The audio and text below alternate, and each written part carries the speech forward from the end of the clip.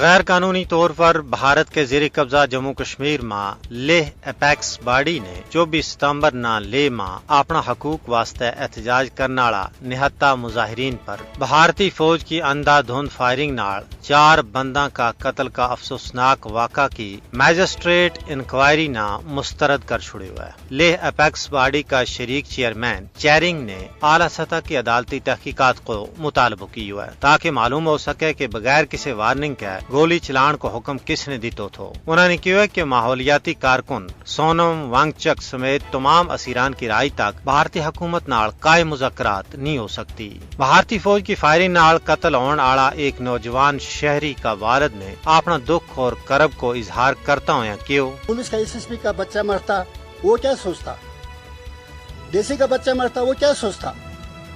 غریب کو مارنے میں ان کو آسان لگتا ہے نا، خود کا بچہ اگر ہوتے کیا وہ اس طریقے سے سہے گا؟ نہیں سہ سکتا ہے، ہمیں پتہ ہے۔